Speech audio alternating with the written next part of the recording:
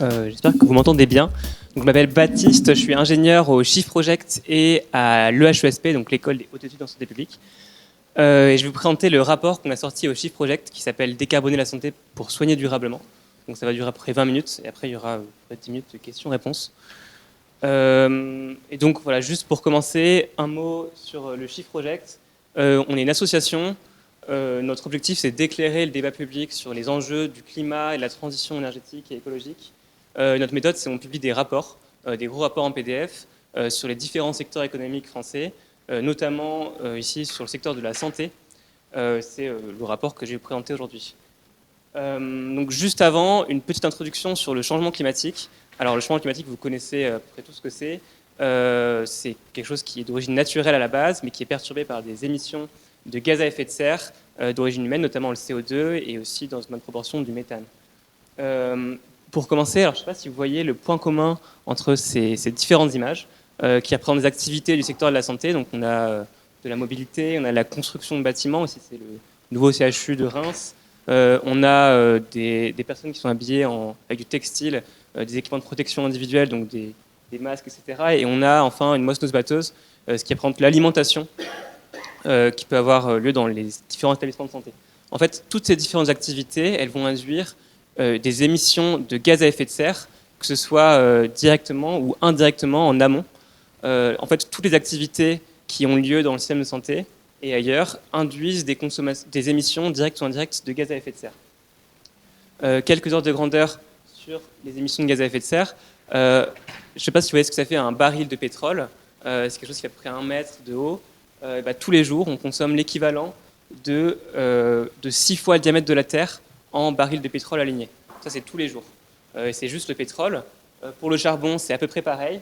Je ne sais pas si vous reconnaissez cette tour. C'est le Burj Khalifa, c'est la plus grosse tour du monde. Tous les jours, on consomme l'équivalent de 45 fois la masse de cette tour. Donc c'est absolument gigantesque. La masse, on peut imaginer la masse en béton, en ciment, en acier. Tous les jours, c'est 45 fois cette masse de charbon qui est incinérée. Donc ces consommations, elles augmentent de plus en plus. En fait, même en 2023, on a battu des nouveaux records en consommation de pétrole, de gaz et de charbon, des trois. Et la combustion de ces énergies fossiles, ça induit une émission de gaz à effet de serre. Là, ce qu'on observe ici, c'est l'évolution de la concentration de gaz à effet de serre dans l'atmosphère.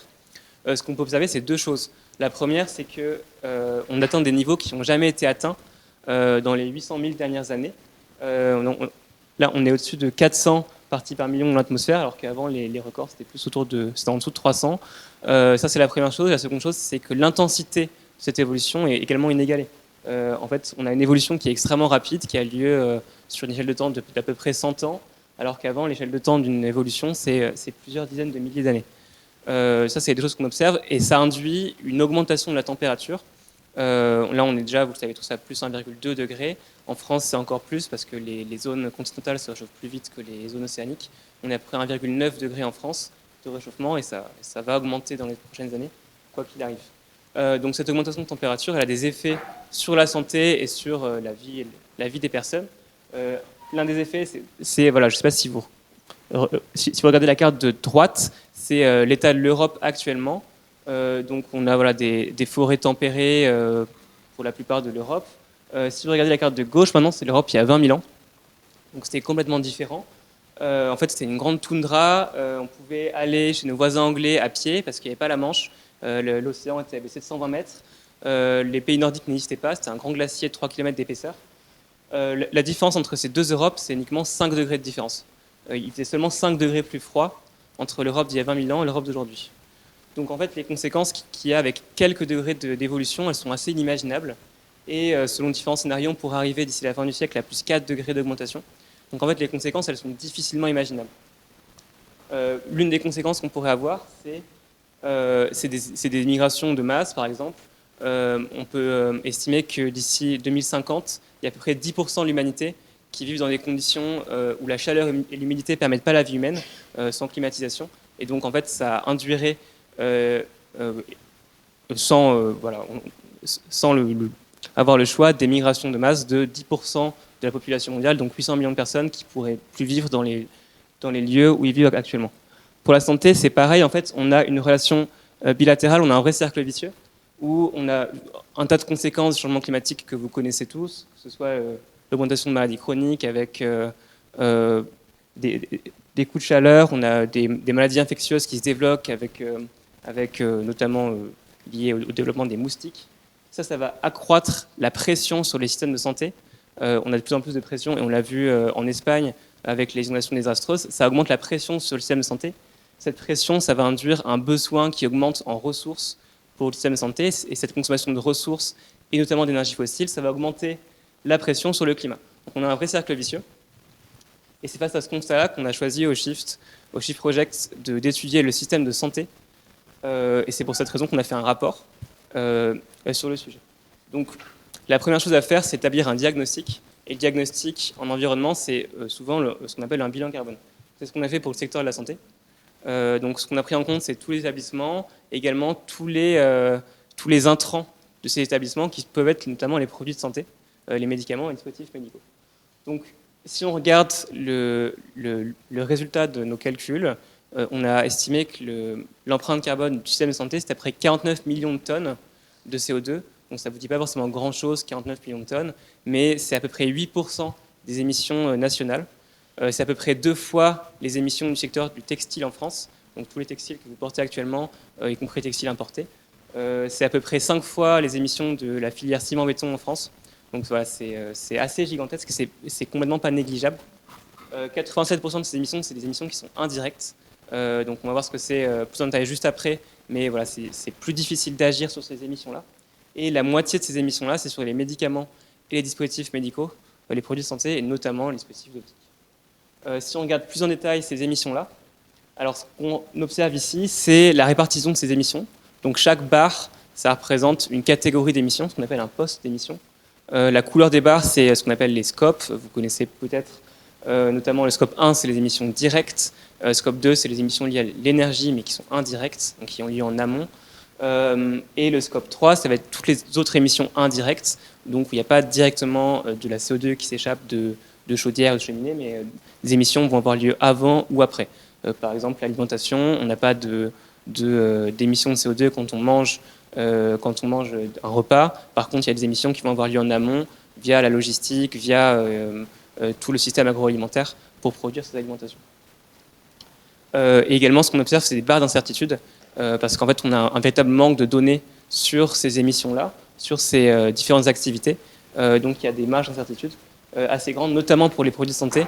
Et c'est la raison pour laquelle maintenant, on est en train de faire un nouveau rapport dédié sur les médicaments et les dispositifs médicaux qui devrait sortir à la mi-janvier 2025. Si on regarde plus en détail certains de ces postes d'émissions, donc la moitié de ces émissions-là, on l'a dit, c'est les produits de santé, les médicaments et les dispositifs médicaux. Donc là, ce qu'on a pris en compte, c'est toutes les chaînes de valeur. Donc les médicaments, c'est toute la chaîne de valeur de l'extraction des ressources, aux procédés chimiques de transformation qui sont extrêmement énergivores, à la logistique, notamment entre les pays d'Asie et l'Europe, donc les lieux de consommation. Et les dispositifs médicaux, c'est très large. Ça va d'un IRM à une seringue aux dispositifs d'optique. Donc c'est extrêmement large. Mais en fait, c'est pas étonnant que les produits de santé représentent une grosse partie des émissions, parce qu'il y en a énormément, on en consomme énormément. Bon, on a tous une placard à pharmacie assez dense chez soi, donc c'est pas étonnant en fait, c'est pas surprenant. Et c'est la raison pour laquelle ça représente la moitié des émissions en France. D'autres postes d'émissions importants, c'est par exemple la consommation d'énergie. Alors c'est assez significatif, c'est à peu près 10% des émissions du système de santé, c'est notamment les émissions liées à la combustion de gaz et de fioul dans les différentes surfaces des établissements de santé. La consommation d'électricité, c'est moins d'émissions de CO2, notamment parce que le mix français d'électricité est assez décarboné. Par contre, ce n'est pas pour ça que la consommation d'électricité est négligeable. Il faut savoir que juste un IRM, ça consomme autant que 300 foyers français en électricité, donc c'est absolument titanesque. Si on regarde d'autres postes d'émissions, les transports, c'est gigantesque également. Par exemple, juste les transports des clients des pharmacies qui se rendent pour acheter les médicaments de leur prescription, c'est 4 milliards de kilomètres par an, donc c'est à peu près 400 000 fois le tour de la Terre tous les ans. Et là, on parle également des transports des millions de professionnels de santé qui se rendent dans les différents établissements tous les jours. Et voilà, des transports des ambulances, des véhicules d'urgence. Donc, ce n'est pas des transports qu'on peut se passer du jour au lendemain. Si on regarde maintenant les autres postes d'émissions, donc notamment l'alimentation, on parle de 2 milliards de repas qui sont servis dans l'établissement tous les ans. Les immobilisations, c'est tous les achats qui ont une durée de plus d'1 an. Donc c'est notamment les systèmes informatiques et les bâtiments eux-mêmes. Les hôpitaux en France, c'est à peu près 45 millions de mètres carrés. Donc c'est autant que la ville de Lyon. Donc c'est autant de surface qu'il faut construire avec donc, du ciment, de l'acier, du béton, et qu'il faut chauffer également, d'où une grosse part des émissions qui vont être liées à la consommation d'énergie. Enfin, si on regarde maintenant les postes moins importants, on retrouve notamment les déchets, qui représentent quelques pourcents des émissions. Donc là, c'est uniquement le traitement des déchets, avec un traitement séparé des déchets à risque infectieux, qui vont être incinérés à plus haute température, et qui vont entraîner plus d'émissions que des déchets traditionnels. Donc voilà pour le diagnostic. Et maintenant, ce qu'on peut faire, c'est soigner le système de santé pour qu'il émette moins d'émissions. Donc c'est la raison pour laquelle on a établi au Shift Project une feuille de route de décarbonation de ces émissions-là. Donc on a établi toute une liste de mesures qu'on a chiffrées. On a chiffré le potentiel de décarbonation associé. Donc voilà, on ne va pas faire la liste de toutes les mesures qu'on a établies. L'objectif, c'est pas de lire toutes les mesures qui s'affichent à l'écran, mais il y en a qui sont liées à l'alimentation, au déplacement, etc. On a chiffré le potentiel de décarbonation associé à ces différentes mesures. Là, par exemple, voilà, pour les bâtiments, on trouve des mesures traditionnelles dont on vous a parlé tout à l'heure, qui peuvent être la rénovation thermique des bâtiments. Donc, d'ailleurs, il y a des aides qui sont disponibles pour ces différentes mesures. Si maintenant on fait un focus sur les produits de santé, en fait, le calcul des émissions de CO2 liées à la consommation de produits de santé, il est assez simple, il n'est pas très compliqué. Pour calculer ces émissions-là, c'est une multiplication assez basique. C'est ce qu'on appelle l'intensité carbone des produits de santé, donc à quel point chaque produit émet du CO2, donc en kilos de CO2 par produit, et qu'on multiplie par une quantité de produits qu'on consomme. Et donc pour diminuer le terme de gauche, donc les émissions liées aux produits de santé, en fait on peut jouer sur les deux termes. On peut à la fois diminuer la quantité de produits qu'on consomme, et à la fois diminuer l'intensité de carbone de ces produits. Donc si on regarde ces deux leviers de décarbonation, donc si on commence par exemple par l'intensité carbone de ces produits, une manière de décarboner, donc de diminuer l'impact des émissions de chacun de ces produits, c'est notamment ce qui va être lié à la relocalisation. Donc ça c'est un exemple d'action. Là par exemple c'est l'empreinte carbone de l'ibuprofène selon le lieu de fabrication. Donc ce qu'on observe c'est que l'empreinte carbone est à peu près 2 fois inférieure quand il est fabriqué aux États-Unis que quand il est fabriqué en Inde ou en Chine. Ça c'est lié au fait que déjà, le mix américain est moins carboné que le mix énergétique chinois ou asiatique, où ils sont exclusivement au charbon. Aux États-Unis, ils ne sont pas parfaits, mais ils sont à peu près moitié charbon, moitié autre chose, donc c'est un peu mieux. Et également, les procédés industriels sont beaucoup plus optimisés, donc il y a moins de pertes d'énergie en fait.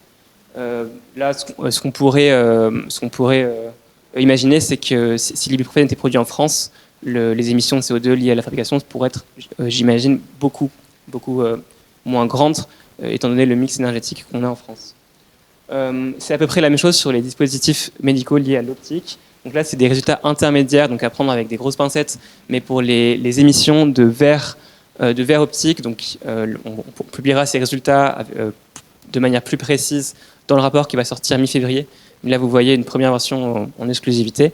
Là, ce qu'on observe, c'est que la fabrication en France est beaucoup moins carbonée que la fabrication dans des pays asiatiques, notamment parce que déjà, il y a moins de transport et également la consommation énergétique, notamment électrique, induit beaucoup moins d'émissions de gaz à effet de serre. Donc, là, on a parlé de réduire l'intensité carbone de chacun des produits. Le deuxième levier de décarbonation, c'est réduire le volume de consommation. Et donc là, il y a différentes manières. Si on regarde les médicaments, en France, on consomme beaucoup plus, par exemple, d'antibiotiques que d'autres pays. Par exemple, on consomme plus d'antibiotiques que nos voisins allemands, qui ne sont pas pourtant connus pour avoir un système de santé défaillant. Et donc là, en fait, on a des pratiques de prescription qui sont vraiment différentes de certains pays, qui peuvent être remises en question. Voilà, on n'est pas plus malade que les Allemands ou les pays nordiques. Pourtant, on prescrit 2 fois plus d'antibiotiques. On prescrit également 14 fois plus d'anxiolytiques que l'Allemagne. Donc on peut vraiment remettre en question ces prescriptions, qui peuvent également d'ailleurs avoir des effets secondaires sur la santé. Pour les dispositifs médicaux, c'est pareil, on peut remettre en question certains usages. Par exemple, si on regarde juste l'AP-HP, donc les hôpitaux parisiens, ils consomment chaque année 150 millions de gants à usage unique et 5 km² de champs opératoires. Donc, c'est les draps qui sont utilisés pour les chirurgies. Donc, 5 km², c'est autant que les 4 premiers arrondissements parisiens. Donc, c'est vraiment gigantesque, surtout quand on sait que, par exemple, à l'hôpital, il y a 29% des pansements dont la prescription est jugée non pertinente. Et en EHPAD, par exemple, il y a 2/3 des utilisations des gants qui sont également non pertinentes. Donc on peut vraiment remettre en question l'usage qu'on a des dispositifs médicaux, notamment des dispositifs médicaux à usage unique, dont l'usage est assez massifié. Donc voilà pour la réduction des volumes des produits. Maintenant, si on peut regarder une autre méthode de décarbonation qui peut être la substitution de certains produits pour des produits plus vertueux. Notamment pour les dispositifs médicaux, on peut envisager le remplacement de l'usage unique par du réutilisable. Donc là, ce qu'on observe à droite, c'est un graphe qui compare l'impact carbone de réutilisable et de l'usage unique. Donc chaque ligne, c'est un dispositif médical. Et les points rouges, c'est l'impact carbone de ces dispositifs médicaux quand ils sont à usage unique. Et les points bleus, c'est quand ils sont réutilisables. Donc en prenant en compte notamment la restérilisation. Donc ce qu'on observe, c'est que dans presque tous les cas, le réutilisable est moins carboné que l'usage unique. Donc en fait, en passant d'un modèle où on consomme puis on jette à un modèle de on consomme puis on récupère et on réutilise, on diminue parfois assez significativement les émissions de gaz à effet de serre. Un autre exemple de substitution, c'est le cas par exemple des inhalateurs. Donc, si vous connaissez ou si vous êtes des personnes asthmatiques, vous connaissez les produits d'inhalation que peuvent être par exemple la ventoline. En fait, on propulse la substance active de ces médicaments via des gaz propulseurs. Donc dans des dispositifs d'inhalation. Ces gaz ont un impact à peu près 23 000 fois plus puissant que du CO2. Et en fait, ils ne sont pas nécessaires. On peut les remplacer par des poudres sèches qui ont à peu près qui ont complètement les mêmes effets thérapeutiques. Et en fait, on remplace du gaz par pas de gaz. Donc c'est assez simple et ça divise par 20 les émissions de gaz à effet de serre. Donc ça, c'est un exemple de substitution qui est assez méconnu des prescripteurs et qui pourtant est super efficace. Donc on a vu plein de méthodes de diminution des émissions de gaz à effet de serre des produits de santé. Mais voilà, il y en a beaucoup. Je vous invite à lire le rapport, au moins une partie du rapport, parce qu'il fait 200 pages, si vous avez le temps. Mais voilà, si vous devez retenir quelques points, donc le premier point, c'est que la plupart des émissions de gaz à effet de serre sont indirectes, donc on ne les voit pas. Mais ils sont liés notamment à tous les intrants du système de santé, qui sont l'alimentation, les déplacements, mais surtout les produits de santé, donc les médicaments et dispositifs médicaux. Il y a énormément de marges de manœuvre qui existent pour décarboner. Elles doivent notamment impliquer les fournisseurs à tous les niveaux, également même les fournisseurs de fournisseurs éventuellement. Et les différentes actions doivent être planifiées dans le temps, financées, les différents acteurs doivent être outillés. Voilà, il y a un certain nombre de prérequis qui peuvent être la formation, la sensibilisation, etc. Et ça, notamment formation, sensibilisation, c'est un des objectifs de ce congrès d'ailleurs. Un autre point important, c'est que pour réduire les émissions de gaz à effet de serre, il y a deux principaux leviers. Le premier, c'est la diminution de l'intensité carbone, donc choisir des produits qui sont plus vertueux, et également la diminution des volumes consommés. Et ça, en fait, quel que soit votre métier, vous pouvez jouer sur ces deux leviers. Vous pouvez notamment contacter vos fournisseurs pour essayer de faire en sorte qu'ils soient plus vertueux. Et vous pouvez également essayer de remettre en question l'usage des produits qui sont consommés, par exemple dans les industries. On peut essayer de consommer moins, donc avoir moins de gâchis liés à la production. Et enfin, sur notre plus optimiste, nous, ce qu'on observe, c'est depuis 5 ans qu'on travaille sur ce secteur-là. Il y a un très fort mouvement d'engagement. On va dire qu'il y a 5 ans, sur le secteur de la santé, il n'y avait vraiment pas grand-chose qui existait. Et maintenant, il y a un très fort mouvement, que ce soit de la part des professionnels de santé, avec énormément d'hôpitaux qui mettent en place des initiatives extrêmement vertueuses, de la part des industriels qui se saisissent du sujet, également de la part des politiques publiques, avec notamment des dizaines d'emplois qui ont été créés juste sur le sujet santé-environnement, que ce soit à l'assurance maladie, au ministère, etc. Donc, on peut essayer d'être optimiste sur le futur, notamment via ce mouvement d'engagement, et je pense que ce congrès en est une illustration parfaite. Merci beaucoup pour votre attention. Merci Baptiste.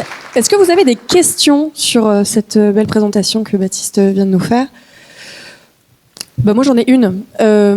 Vous parliez juste avant des chiffres sur les anxiolytiques par la France par rapport notamment à l'Allemagne. Est-ce qu'on met ça juste sur le dos que c'est effectivement les médecins qui vont prescrire trop, ou enfin j'aimerais comprendre à la fois quel est est-ce que c'est pas quelque chose de plus profond et de se dire non, c'est juste qu'il y en a trop qui sont prescrits, ou en France on est plus anxieux, il y a peut-être plus de soucis. Est-ce qu'on met ça sur le dos justement simplement de la prescription? Comment vous vous basez? D'ailleurs j'ai pas fait attention à la source. Alors, déjà, la source est un peu vieille. Je crois que la prescription a un peu diminué en France depuis la publication de cette étude-là. En fait, il y a différents facteurs qui influencent ça. Alors, je ne suis pas certain qu'on soit plus anxieux que les Allemands en règle générale. En tout cas, on n'est probablement pas 14 fois plus anxieux que les Allemands. En fait, souvent, les consommations, elles sont liées au fonctionnement des systèmes de santé. Notamment, là, on consomme beaucoup d'anxiolytiques, par exemple, en EHPAD. Et ça, c'est souvent par exemple lié à un manque de personnel. En fait, quand on n'a pas assez de personnel pour s'occuper des besoins des résidents, des fois on n'a pas le choix, les personnels présents n'ont pas le choix, pas d'autre choix que de prescrire des anxiolytiques, des psychotropes, de la benzodiazépine, qui va, entre guillemets, calmer les résidents, réduire leur douleur, etc. Donc, en fait, là, la prescription, elle est nécessaire pour les soignants sur place parce qu'ils n'ont pas d'autre solution. Mais en fait, elle peut être remplacés par des pratiques, des thérapies non médicamenteuses qui ont parfois de mêmes effets, mais qui vont nécessiter plus de moyens humains. Et pareil sur la question, par exemple, la consommation des gants, alors je ne sais plus quel était le terme, des draps. Alors, c'est les champs opératoires. Les champs opératoires. Comment on explique qu'en France, on utilise, je n'ai plus le chiffre en tête, mais beaucoup plus que nos voisins? Alors, on en consomme énormément. En fait, là, ça vient d'habitude. De la part des professionnels de santé, si on suit les recommandations de la HAS sur l'utilisation des gants, en fait, un médecin n'a pas besoin d'avoir une nouvelle paire de gants à chaque fois qu'il examine quelqu'un. À l'hôpital, pourtant, chaque médecin utilise un gant par patient. Et après, il le jette. Pourtant, quand vous allez voir votre médecin généraliste, il n'a pas de gants et puis il vous diagnostique en fait sans gants. Et pourtant, il ne tombe pas plus malade. Et en fait, en se lavant les mains, ça a complètement les mêmes effets. En fait, c'est des habitudes de soins et ça demande des travaux de sensibilisation des professionnels de santé. Il y a des recommandations justement de se dire faudrait tout simplement qu'on fixe un quota dans cet hôpital. Vous avez tant de salariés, et bien on vous limite à tant de gants et c'est tout, et vous vous débrouillez avec ça. Alors oui et non, en fait il y a des recommandations minimales où les médecins doivent utiliser des gants dans certains cas, et ça entre guillemets c'est bien pour des raisons d'hygiène. Et ça, c'est des recommandations simplement, il n'y a pas de limite. Alors, c'est des recommandations, mais il n'y a pas de limite haute, et entre guillemets, par souci de simplification, et aussi par manque de temps, entre guillemets, on ne se pose pas la question, on prend un gant et c'est plus simple. On utilise plus de gants, et il y a aussi certains dispositifs médicaux où il n'y a pas de recommandation. Par exemple, au bloc opératoire, on peut utiliser des surchaussures, donc c'est des espèces de housses textiles qui enveloppent les chaussures. Ça, très esthétique d'ailleurs, les surchaussures. Voilà. Alors en fait, ça sert pas à grand chose parce que même ça sert à rien. En fait, les chaussures, elles sont pas en contact avec les personnes qui sont opérées. Et pourtant, des hôpitaux l'utilisent par habitude, d'autres n'en utilisent pas. Donc ça, c'est pas très compliqué. En fait, là, les recommandations, c'est d'en utiliser jamais. Mais là, il y en a pas des recommandations. Je monopolise les questions, mais peut-être qu'il y en a d'autres qui sont venus. Là, j'ai vu une main se lever. J'ai deux questions. La première, c'est Jean-François d'abord. La première, c'est les injonctions à décarboner, c'est intéressant. On se retrouve aujourd'hui avec des centres-villes qui deviennent noirs, des quartiers de certaines villes parce qu'on éteint l'éclairage public. Je vais aller un peu plus loin que simplement sur le domaine médical. La France suit, les Français, nous, commerçants, on y va, pas toujours simple, de se retrouver avec des quartiers, on voit bien, etc. Et sauf qu'aujourd'hui, il suffit de prendre un train, sans forcément aller polluer dans un avion, on va en Italie, et on voit l'opposé. C'est-à-dire qu'aujourd'hui, on tombe dans nos voisins limitrophes qui ont une surconsommation électrique, etc. de dingue. Aujourd'hui, c'est bien de nous demander de faire des efforts, et il suffit de traverser les frontières. Je mets des points limites sur les gants, parce que attention à s'offusquer de l'utilisation de gants médicaux. Il y a quand même une santé à un moment et de transmission de bactéries, etc. Donc, après, j'ai pas l'impression qu'en Allemagne, ils soient plus malades que nous. Attention aussi à ce qu'on peut dire, c'est que c'est important aussi de faire attention à la sécurité santé des patients quand ils sont dans nos hôpitaux. Mais aujourd'hui, c'est ça qui est un peu surprenant, c'est qu'aujourd'hui la France fait des gros efforts, mais vous allez pas loin et c'est terminé. Et donc, quelle est votre question? Alors, nous demander de faire des impacts. Ce matin, Carole nous a dit la terre brûle, oui. Mais nous seuls, Français, on ne va pas que le faire. Mais j'ai un peu de mal sur ces... Je ne sais pas comment... Voilà. Nous demander de faire beaucoup d'efforts pour qu'en fait, au final, rien n'est... Alors, comment ne pas décourager finalement les bonnes volontés? Alors, donc déjà, là-dessus, plusieurs choses. Donc déjà, si je dois citer, par exemple, Valérie Masson-Delmotte, du GIEC là-dessus, parce qu'elle dit c'est que chaque dixième de degré compte, parce que en fait, les conséquences du réchauffement ils sont exponentielles. Donc si on arrive à diminuer ne serait-ce d'un dixième de degré en agissant à l'échelle nationale, c'est déjà extrêmement bien et ça sauvera des millions de vies. Ça, c'est la première chose. La deuxième chose, c'est qu'effectivement, quand on regarde les pratiques américaines, les pratiques chinoises, des fois, ils sont un peu à côté de la plaque. Mais en fait, si on regarde les émissions de la Chine, en fait, il y a une grosse partie qui vont être dues aux produits qu'ils exportent et que nous, on consomme. Et c'est le cas d'ailleurs dans l'optique, que ce soit la Chine ou les pays asiatiques. Donc effectivement, ils produisent avec du charbon et c'est pas bien. Mais en fait, on peut jouer là-dessus parce que c'est nos fournisseurs. Et en fait, ces émissions-là, on peut soit choisir de les imputer aux Chinois, soit choisir de les imputer à nous, consommateurs. Parce qu'en fait, c'est des émissions qui vont avoir lieu, qui vont être induites par nos consommations. Et donc, en impliquant les fournisseurs, on peut jouer sur ces pays, notamment asiatiques ou américains. Et la deuxième question, c'était la réindustrialisation. Vous en parlez. Qu'est-ce que vous faites aujourd'hui? Comment vous appuyez ça? Parce qu'aujourd'hui, on a la chance, aujourd'hui, dans ce congrès, d'avoir des fabricants de lunetterie françaises, dont certains ne sont pas très loin. La majorité des lunettes vendues en France ne sont pas fabriquées en France. Donc aujourd'hui, comment on va faire? Comment vous appuyez comment on fait pour une réindustrialisation? Comment aujourd'hui vous êtes un acteur, un influenceur, c'est ça, comment on appelle ça, un think tank, vous devez appuyer des positions, mais il n'y a pas une vraie réindustrialisation française. Je disais ce matin en arrivant, vous pouvez acheter des billets pour les Jeux Olympiques, pour ceux qui ont assisté à un joli pour mettre chez vous pour garder un souvenir, ils n'arrivent pas de France, ils arrivent d'Allemagne. Quel est l'intérêt et en fait, qu'est-ce qu'on fait en France aujourd'hui? C'est qu'on va nous demander encore au-delà il faut décarboner, il faut moins consommer, etc. Et au final, l'exemple n'est pas là. Pour des JO 2024 à Paris, en fait, les tickets que vous commandez arrivent d'Allemagne, d'une imprimerie. On n'a pas d'imprimerie en France. Tout est comme ça. Donc en fait, à un moment, on s'y perd, quoi. Et nous demander de décarboner, nous demander de moins consommer, d'accord. Et qu'est-ce qu'on fait pour les industriels français? Ça, c'est un sujet sur lequel vous travaillez, justement, le côté réindustrialisation en France, pour justement éviter de décourager. On en revient aussi à votre première question. Donc, bien sûr, là, vous pointez du doigt un constat qui est assez flagrant. En France, on produit moins qu'on produisait il y a plusieurs dizaines d'années parce qu'on a délocalisé pour des questions économiques. Maintenant, ces délocalisations, elles ont eu un impact sur l'environnement, notamment parce qu'elles induisent du transport, elles induisent des consommations énergétiques qui sont plus carbonées, notamment via l'utilisation de charbon dans des pays à l'autre bout du monde. Après, en fait, la question de la relocalisation, elle est très liée à la question du coût. Je pense que vous êtes conscient ici, des produits qui sont fabriqués en France, forcément, ils coûtent plus cher. Et la question du coût, elle est assez cruciale. Après, il y a des solutions pour pallier à ces questions du coût, notamment le principe par exemple, d'un remboursement de l'assurance maladie ou des mutuelles qui pourrait être supérieur pour des produits à plus faible impact carbone. Je crois qu'il y a des mutualistes qui vont parler plus tard dans la matinée, donc peut-être qu'ils pourront en parler. Il y a des solutions qui existent pour pallier ces problèmes liés aux coûts de production qui sont plus élevés en France. Après, en fait, ce qui est nécessaire, c'est des investissements publics massifs pour la relocalisation, notamment étant donné qu'il n'y a pas seulement un enjeu d'environnement, de climat, il y a aussi un véritable enjeu de souveraineté.